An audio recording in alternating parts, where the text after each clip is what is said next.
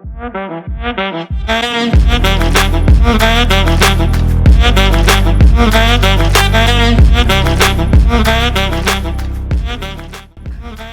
to a new podcast from Disciple.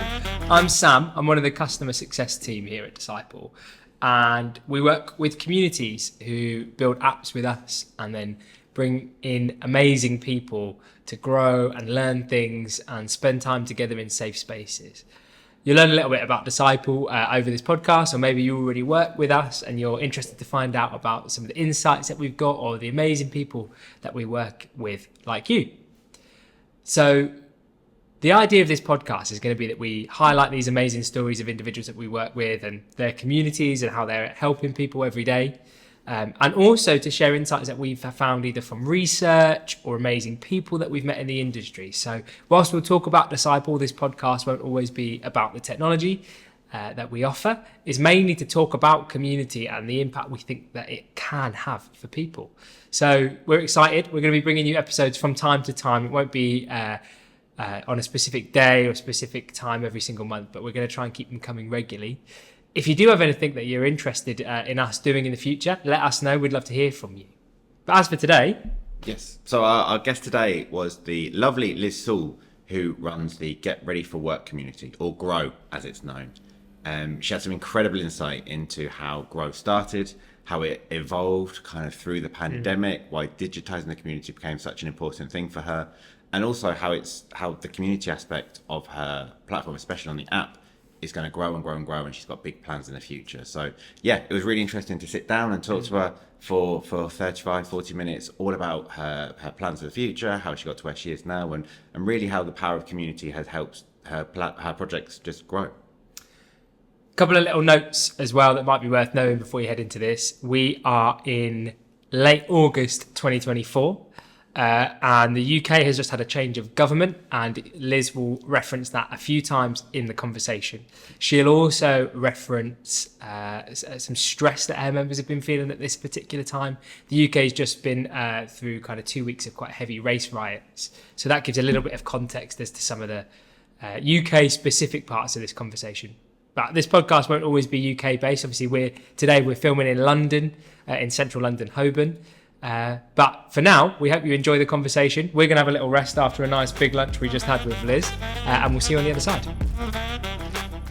Liz, thank you so much for joining us on the podcast today. It's nice to actually meet you in person because we've only ever spent time chatting on Zoom before. It's lovely to be here. Everybody who knows me and knows our organisation knows about our app, so it's very exciting to have a chance to talk about it. We're over the moon because I think one of the reasons that we wanted to talk to you is because not only are you super passionate about it, but also what you do as a community is really, really exciting. But before we get into the detail of it, tell us about all of your amazing gigs. So you've been to Latitude, and then you were in Vienna to see Taylor Swift. I think you've got a story there as well. Yeah, so I went to Vienna in the end not to see Taylor Swift. It was still amazing because all the Swifties there were so wonderful and joining together and sharing their friendship bracelets and singing, and it was just a magical place to be. But I'm incredibly lucky because tonight I have been given a ticket to see Taylor Swift at Wembley. So I'm very, very excited. I've got my cowboy hat ready. That's got to be pretty much the most sought after ticket in the world right now. I think so. I'm going to be there. I'll take my app. I'll take a picture for the app. We've got another one of our customers just recently from LA who's coming to London because it was cheaper to see Taylor Swift here, fly, stay, and see Taylor Swift in the UK. So she knows what she's doing, Taylor Swift. Yeah, absolutely. Woman after my own heart. We love it. So you run an app called GROW.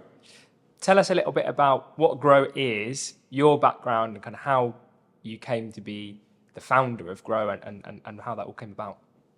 So I've always been really interested in, it sounds a terrible phrase, but women's economic empowerment. About how if a woman can contribute to the family or to her own life, it actually makes a really big impact, especially in a family, on her and her children. Working brings money into the family, but also if you're a woman and you work, your children do better. Your daughters are more likely to work, and your sons do better too. So educationally, economically, it's great for women to be able to work. And I always wanted to be involved in that. I've run childcare campaigns in the past, women's campaign. I was chief executive of the Single Parents Campaign, Gingerbread, at the very start of the last Labour government in '97. And actually, I'm so excited because there were things that happened then that really made a difference. And I actually set up Grow because they created children's centres. And what I felt was that we wanted something where women could get ready for work. So often, if you've had children and you stop working for a while, getting back into work is difficult. And we work with people who are further away from the labour market.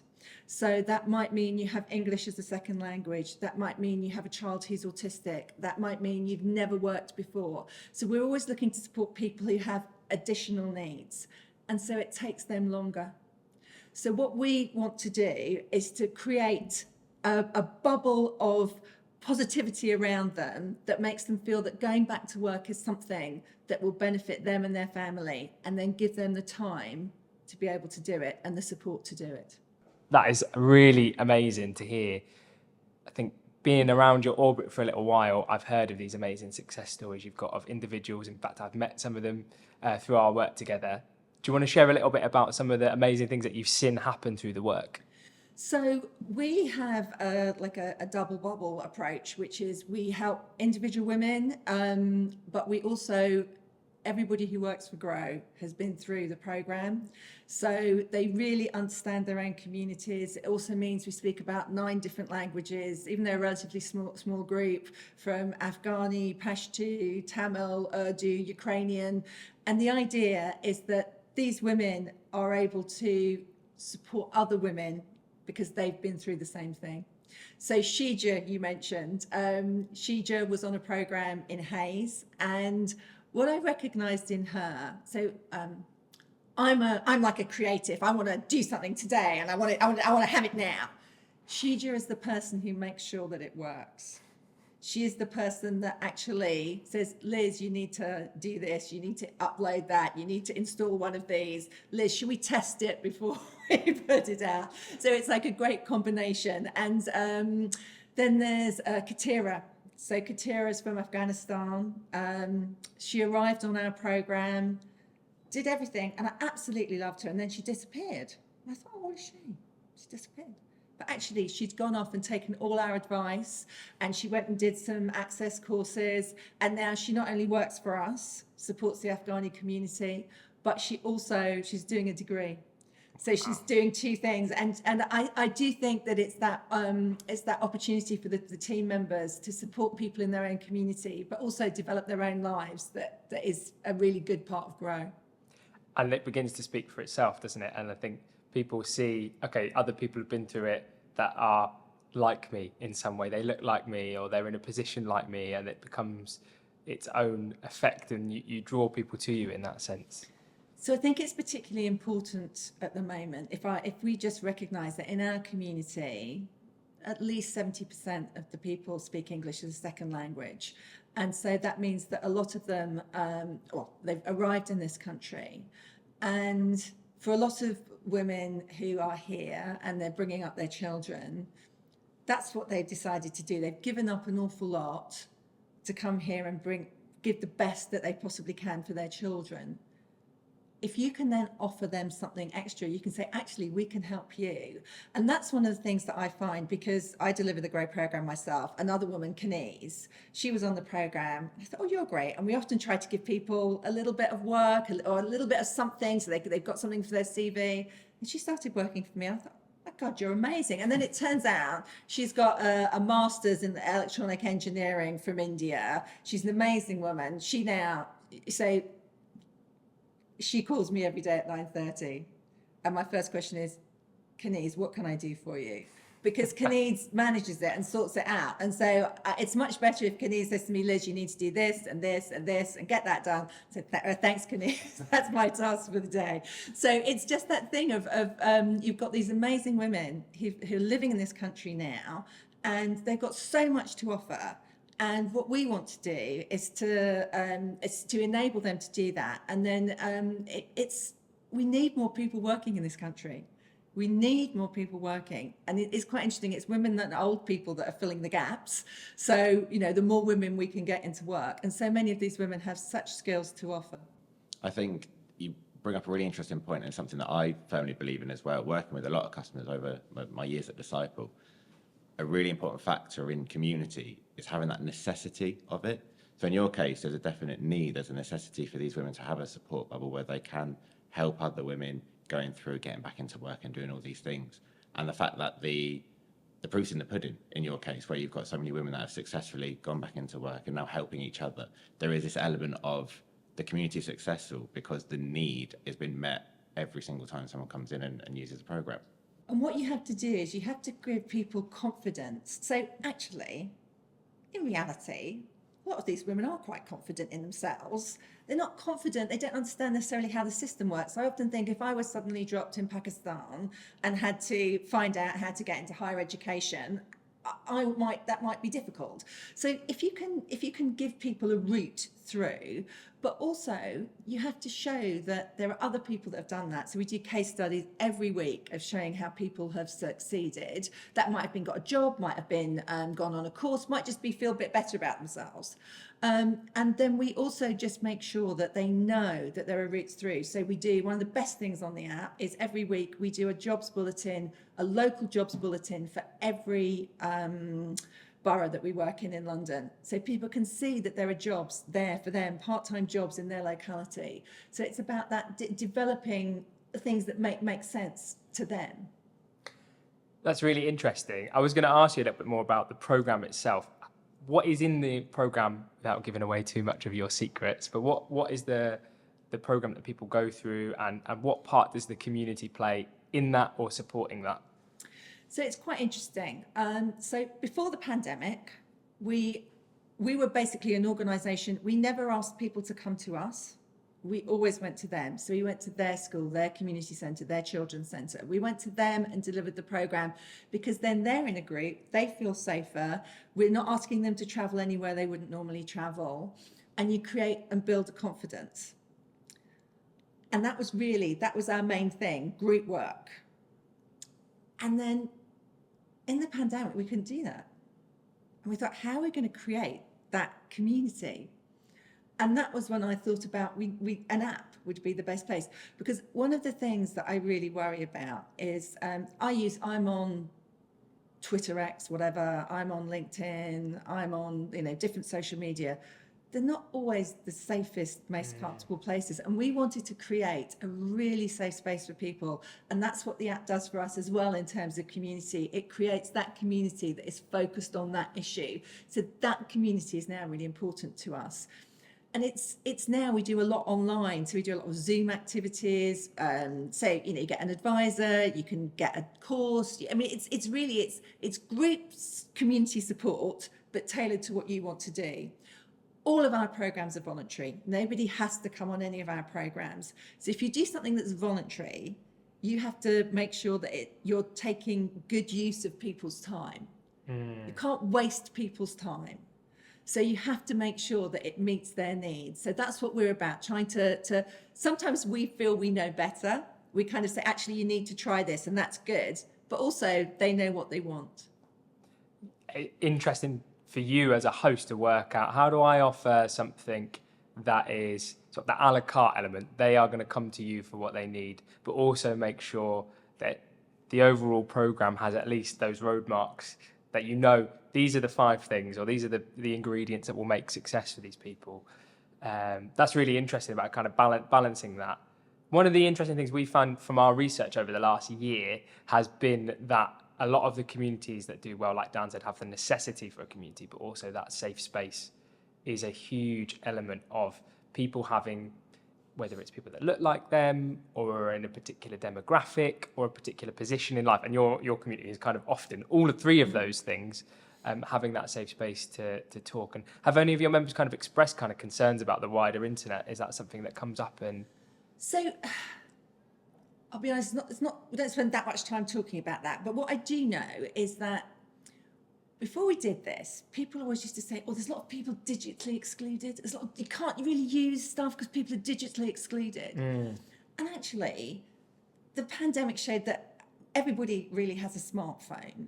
And what we felt was that the smartphone is the place to be. People carry these around with them at all times. You know, people's relationship with their smartphone is very intense. And also, if you're somebody who's got relatives abroad, you're probably used to using some kind of social media app in order to do that. So we just felt it was just the right place to be. And I think that is shown by the fact that, and one of the reasons I chose Disciple is that the feed is very similar. It's very easy for people to move into it. It's not strange at all. So in that sense, I say it's where we felt people would be, and that seems to have turned out to be a good call. Yeah, really, really interesting. That familiarity, as minimum friction as possible for people so that they open it and they kind of know what they're doing. Really interesting. So then the other kind of question that I think is really interesting about your community is we work with other communities that are similar, but I think it presents an extra challenge. But I wonder if you even thought about it, is the fact that your community is cyclical. So a lot of our communities will onboard people, and those people will stay probably forever because they found a group of people or they found a particular interest point and they're going to use the app for that thing forever. Whereas yours, and part of the benefit of it is it's people get to a point where they're ready to go into work and they don't need you all the time anymore. How is that a benefit? And also, how do you then make sure that the next batch of people are as engaged as the last? How do you think about that? So we think about ourselves as almost, so there's two terrible ways. One terrible way you could look at it, like an estate agent. When you buy a house, you need somebody to help you buy a house. But the nicer way to think about it is as a midwife. So when you have a baby, you need somebody to be with you to have that baby who's helped lots of other people, but then you go off and you live your life. And that's where we see ourselves. So we want to give people help that we are good at giving at the point that they need it. And then we want them to, go out and live their lives. And actually, they've done the work. We've just given them the path to follow. So we see that cyclical nature as being a part of what we do, that we expect to be there. The issue is you have to train people to use the app early on.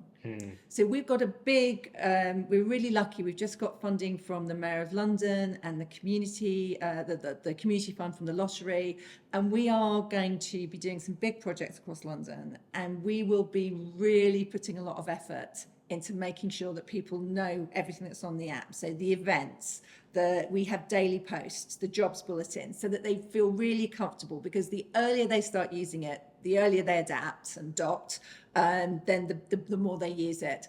We do have people who are still on the app from 3 or 4 years ago, and you can tell that they're going in and they like posts, and it's still a safe space for them. But the majority, they use it for what they need, and then they go forward, and that's absolutely what they should do. I think that's the power of digital, especially in the world of community, is that it is in the palm of your hand at any opportunity. A lot of people see community as this physical thing. We're meeting up on Wednesday afternoon at 5 p.m, come do this thing. But digital aspect of it is to supplement the physical side sometimes, and also just ease of use, that they can, in their pocket, I need help with this thing. They can just get their phone out, log on, and get the support they need there and then. So I'm going to give you a fantastic example of that. We are trying to get everybody on the programme to do some form of training, and we've linked up with some partners to curate courses. A lot of the mums we work with want to work in the school. Why wouldn't you? If you've got littlies, part-time, term time really works for you. So they need some understanding of things like safeguarding, all the things that are important for when you work in the school. We linked up with an organisation who they were doing training, got a proper accredited qualification, but you could do it on your smartphone in your house, a couple of hours a day, 3 hours a day, a couple of hours a day, 3 days a week for 5 weeks. We had 20 women start, 18 women finished, completed that course and got the qualification, because it's where they wanted it to be.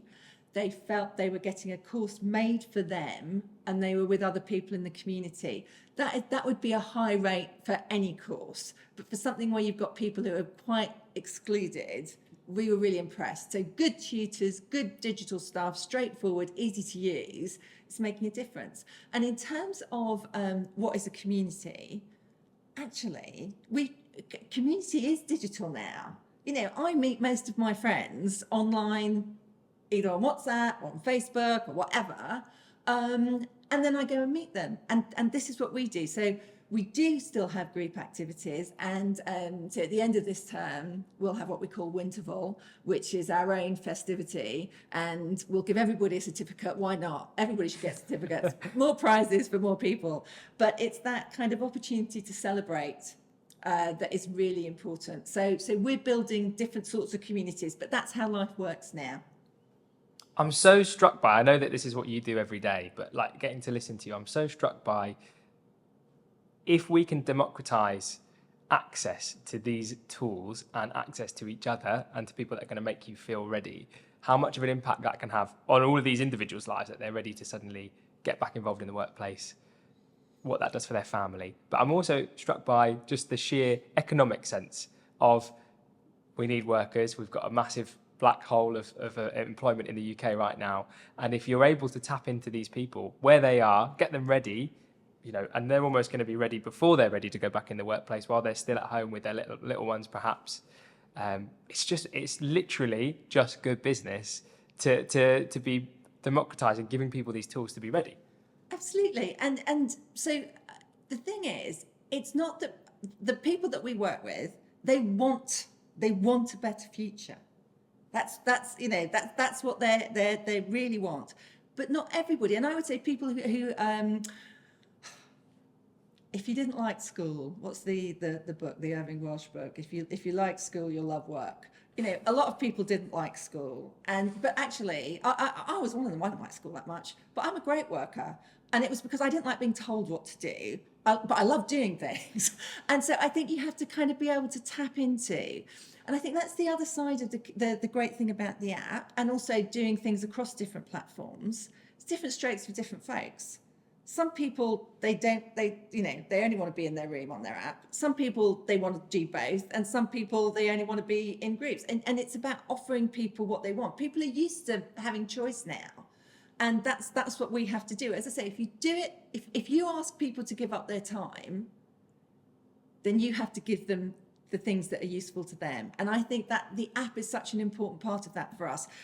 So, for example, an event, an online or an in-person event, the app's just perfect because we can put it out, we can, advertise it, we can send notifications, and then on the day we can do a live stream, and then we can show pictures. So the app just amplifies all the things that we do. That town square meeting place for everybody to come back to. I love that. So I'd love to tap into your knowledge a little bit. We've kind of touched on it a little bit already in the conversation, that you were in-person focused. And if I'm right, you're based around kind of northwest, West London, most of kind of where you started. Then the pandemic happened and you needed to translate from a physical into a digital community. How did you find that process? Obviously, I know the app was a massive part of that, but how did you find it? What were the pain points? What were the challenges? What are the benefits to being digital? And what are the bits that you sometimes think you miss a little bit about some of the in-person stuff that maybe as a community industry, we should be thinking, what are we missing that in-person communities have traditionally always had? A lot of questions there. A lot of questions. So, the pandemic, like the war or going to the moon, anything that's challenging throws up new ways of doing something. And so we were suddenly... Actually, the Conservative government were pretty good because they funded us throughout that. So cheers when cheers is due. And so we were kind of told, you need to keep supporting people. And we thought, oh my goodness me. So I went straight on. The last thing I did as I left the office, which I then came back like all those months later, like Mary Celeste, the last thing I did was buy a Zoom license. And I thought, we'll just go onto Zoom. We'll do everything on Zoom. And we started doing Zoom, and it was great. And loads of people turned up because honestly, people were bored, and so something to do. And if you remember, the first bit of the pandemic was all sunny, and but people kind of wanted something away from their families. So they came on, and we had really high, lots and lots of people on the Zoom calls. But one of the things I would say about Zoom, I find it exhausting. After a while. I completely agree. I do find it absolutely exhausting. And if I train on Zoom, I put in hourly breaks because I think I just need to I'm an extrovert, but honestly, looking at all of you is like a lot. I used to call it a Zoom treadmill because you're just like on Zoom meeting after Zoom meeting conversation. This, and you just have to get off sometimes and just have a break. You're mainly talking to me. How rude.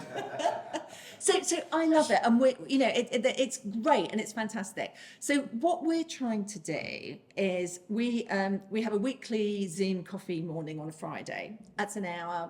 We have speakers. It's fun, prizes, lots of great fun. We do short training sessions, like 30-minute training sessions, like confidence, motivation.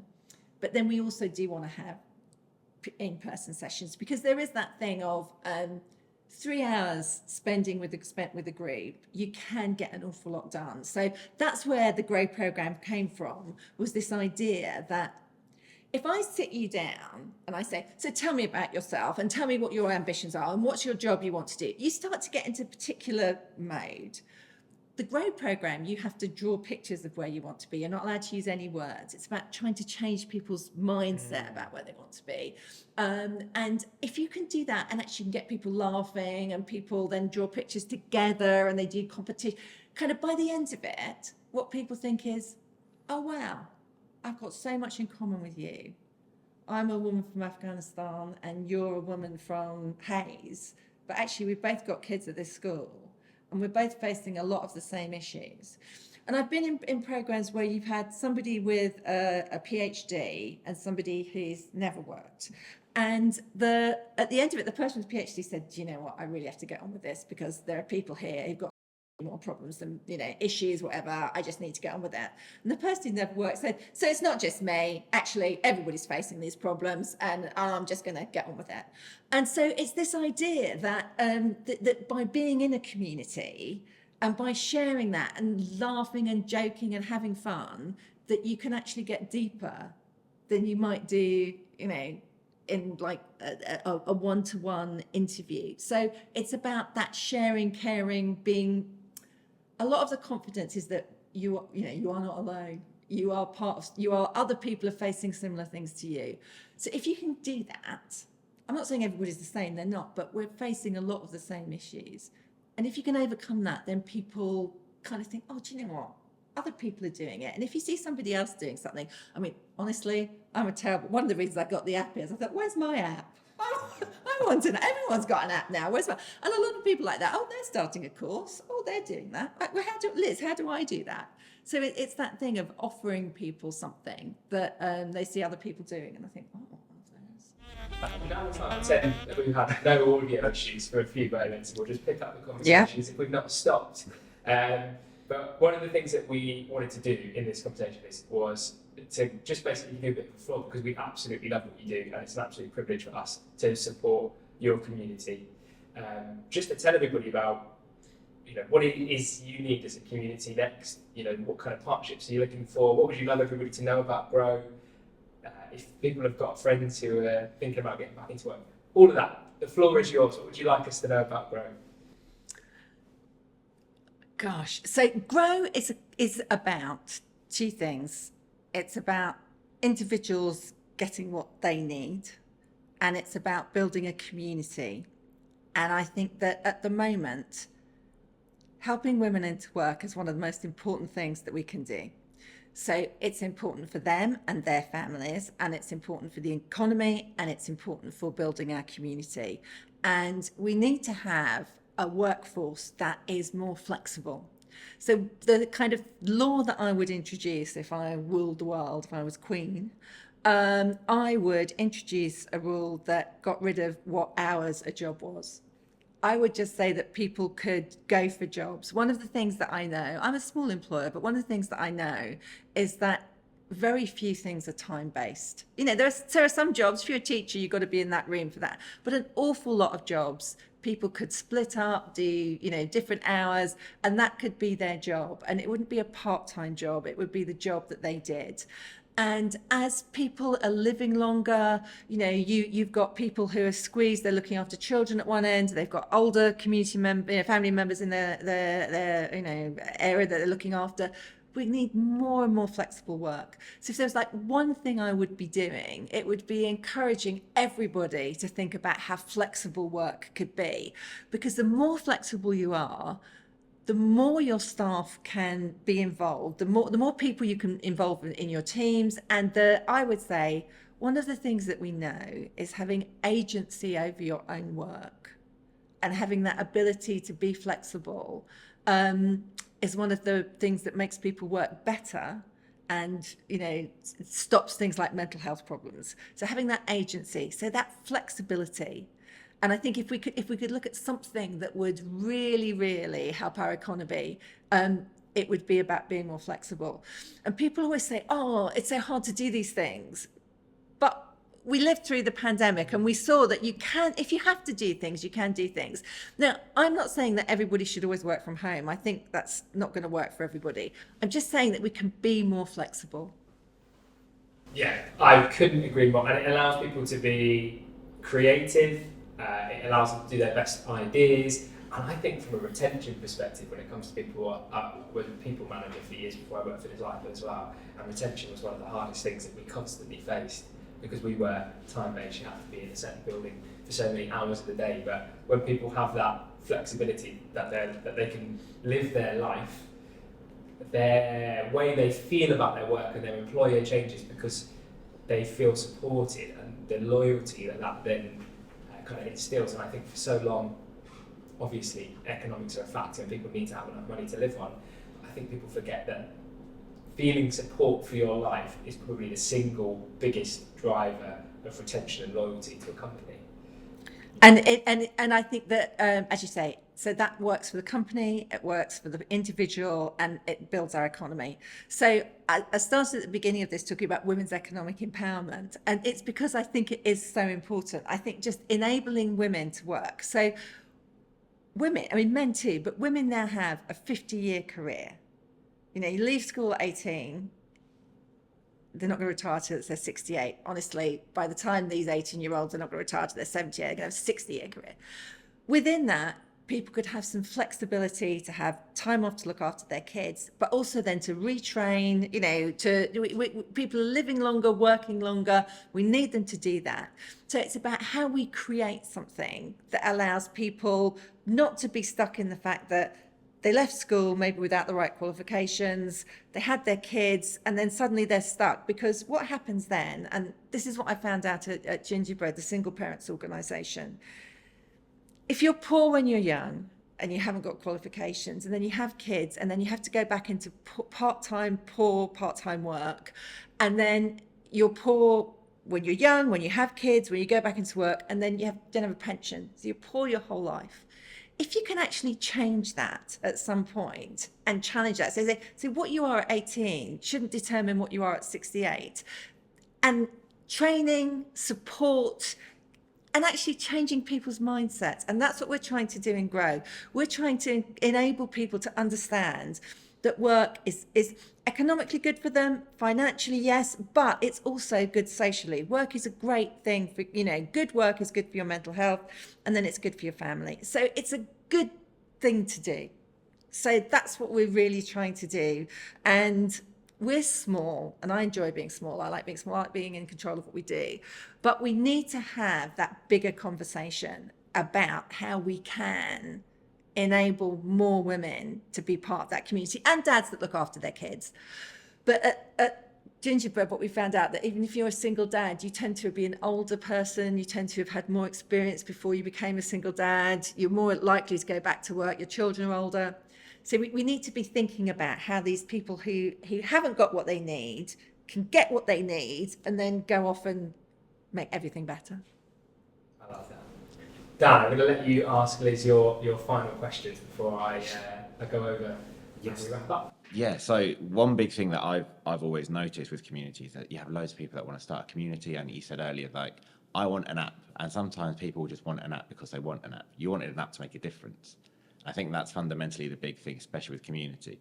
You have people that have the demographic, they know who's going to join their community, they know who's going to join their app, but they don't know what they're going to get out of it. And then sometimes you have people that I want to create this space for people, but I don't really know who's going to come into it. It can be as simple as just having these two things. How quickly, in your opinion, did you realise that, right, I know women get back into work is a problem that needs fixing. This is what I'm going to offer. Did you know this was a problem and then work out the solution, or did you think it all came at the same time. It's kind of like this is what I want to offer my community, my project. So I kind of came to, I wanted an app. I kind of thought we need to set this up. That will make a big difference to us, because I wanted to be in people's heads, wanted to be in people's pockets and their handbags. I wanted to be there. What I found was that there were really great things actually on the app. So things like events. So events for us is a fantastic thing, because we have lots of events going on. And then we do regular posts. So we do a post every day on interviews. We do, time-saving post. We do quote posts. So we kind of created a format for the app that we then add in, extra special stuff to. And different people like different things. So if for us, it's about what we need to get out of it is we want to give you information. And we also want to say, I will put up 2 or 3 times a month what the London living wage is. It's actually £13.15 an hour. It's not bad now, you know? And if you've never known how much you're going to earn, and you might think, oh, well, I'll never be better off in work. So we put that up. We put up how you find out about childcare in your borough. We put up, what rights you have to take time off in an emergency. Because what the question that we often get asked is, well, what if I need to go home to look after my children? You have a legal right to go home and look after your child. So we're putting up lots of information just so that people kind of bump into it and they think, oh, okay, I didn't know that. Oh, so actually that's quite a reason about money. Oh, you can take time off. Oh, there is childcare. So for us, it was about kind of giving them those things. And then having the special things like, we've put a video up today about a picnic. That's a special thing because people will look for themselves and, in there. And then I say the events. And then I'll be honest, the thing that people don't use is the folders. I put a lot of effort into putting an awful lot of work into putting a lot of information. Honestly, I don't think people use that at all. So what I used to direct people to folders, and now I just put all the information in the post, because I kind of think people don't want to have to push another button. So I've learned how to do things better. And I just think it's a format that really works for a community that is doing things. So we're doing a lot of things. We're saying, come to this event, get your CV done, learn how to do an interview. So I think that it's very good for us in that sense. It's having all those opportunities to either bump into things or tell people about things. Yeah. I think from my opinion, you've got a clearly defined demographic, you've got a clearly defined purpose for joining the community. And as you said, you're constantly adjusting to get that information to them as efficiently as possible. So yeah, it's all the signs of a successful community. I think we have spoken about in the past as Disciple in some of the stuff we've put out, but we're really beginning to understand that the role of the host of the community is so important. And you literally just described the perfect kind of place. We've used this analogy before about it's like a party. You go to a party, you don't know anyone, you're going to have a rubbish time. It doesn't matter if the party's great, you will have a rubbish time if you don't know. No one's in there to introduce you. So your role, I think what you just described is you've learned how to be a great host. You welcome people in, you give them the stuff they need, you're the best that says, right, let's play a game, and you're going to play with these 3 people, or, here's the 3 bits of information you need. It's that regular prompt, but you know exactly when the right time to step away is as well, which is just as important as when to step in and facilitate engagement. You say, okay, cool, now it's time for you to do your bit and make a friend. And I think you've described exactly what we're narrowing in on. Communities need a host. They need to have some reason to be together, the safe space, the transformational experience that they get from it.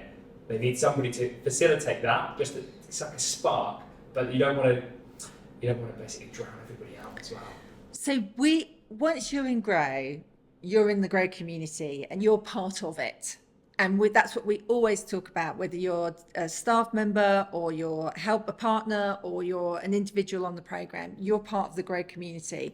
And we really promote that. We really promote the Grow community. So you're not a participant, you're part of the Grow community, and we're all working together to improve everybody's lives, and you're supporting each other. And I think having the app just gives us a focus to do that on.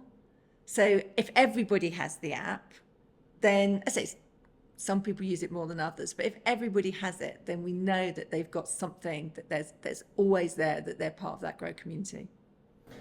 Amazing. So my last question really broad one. Obviously, we're part of the wider sort of community industry that's now emerging. It's still a new industry, kind of was finding its feet before the pandemic. We learned a lot in the pandemic. Some of those findings then changed afterwards. If you were to talk to kind of like a range of different people who are looking at the community industry right now, so a lot of brands are looking at it and they can't quite work out how to make it work for them. A lot of people like you who were a community originally, they've got great insight and expertise, but there's things that you've learned the hard way. If you were talking to people who are just maybe watching on the sidelines, they're a small in-person community now, or they're a big brand and they're thinking, is there something to this? What would you tell them? So I would say, create that brand, really get people to understand what your values are. So if they know what your values are, then they'll go with you. And our values is about supporting each other, but also having a good time. So we're a happy community. So I would say be a happy community. We're selling stuff to them, but none of it costs. So we're giving stuff away. So again, people don't always trust you if you're giving stuff away. So we have to make sure that they see the value of that. So I think understanding what the value is of your offer to the people that are receiving it and why it would be good for them. And then I just think that trust, the trust that you have in a brand, that it will deliver what you expect it to deliver. So we really try to be hot on that we try to do sort of between 7 and 10 posts a day. We don't post now at the weekend because we decided that actually everybody should have a break. So we have 2 happy posts over the weekend. But apart from that, if we've got an event on, you'll find it on the app. So if people know that they can trust the app to deliver what they need, then your community will use it. And for you, it's just that great way of being able to, be in people's heads and show them who you are all the time. And you can do that in lots of different ways on the app. You can do a video, you can do a poll, you can do a picture, you can do a quote. It's great ways of just constantly being able to reinforce your approach. I love that. Trust, huge thing, cannot be bypassed. Liz, it's been an absolute pleasure chatting with you today. Thanks so much for your time. Thank you. As you can see, I love talking. So, I'm a talker, not a writer, so it's great. So you're a concept like, could you write a bid for this? You're like, could I just come and talk to you about it? So what did you think of that, Dan? It's great. I think Liz is such an interesting character to have on the first podcast. I think what she did to talk about community and how important it is for her project that she has with Grow was really, really insightful. How did you find it going?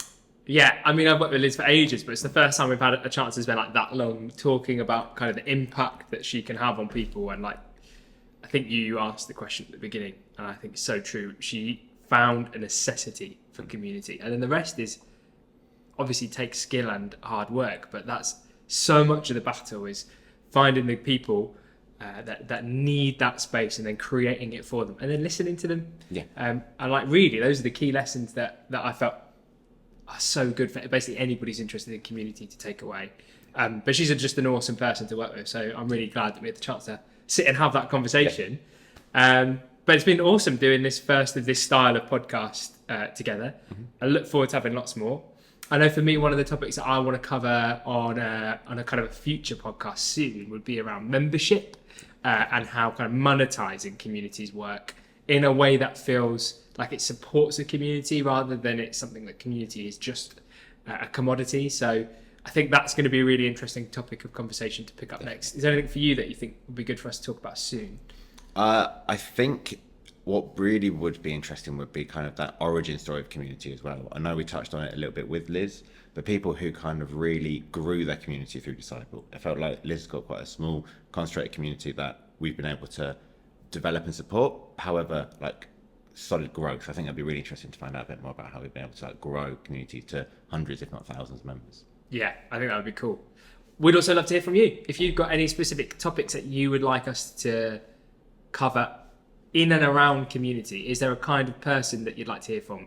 Would you like to know how to hire a great community manager? Would you like to know what technology we think is going to come into this space or how AI is going to impact it? We'd love to hear what it is.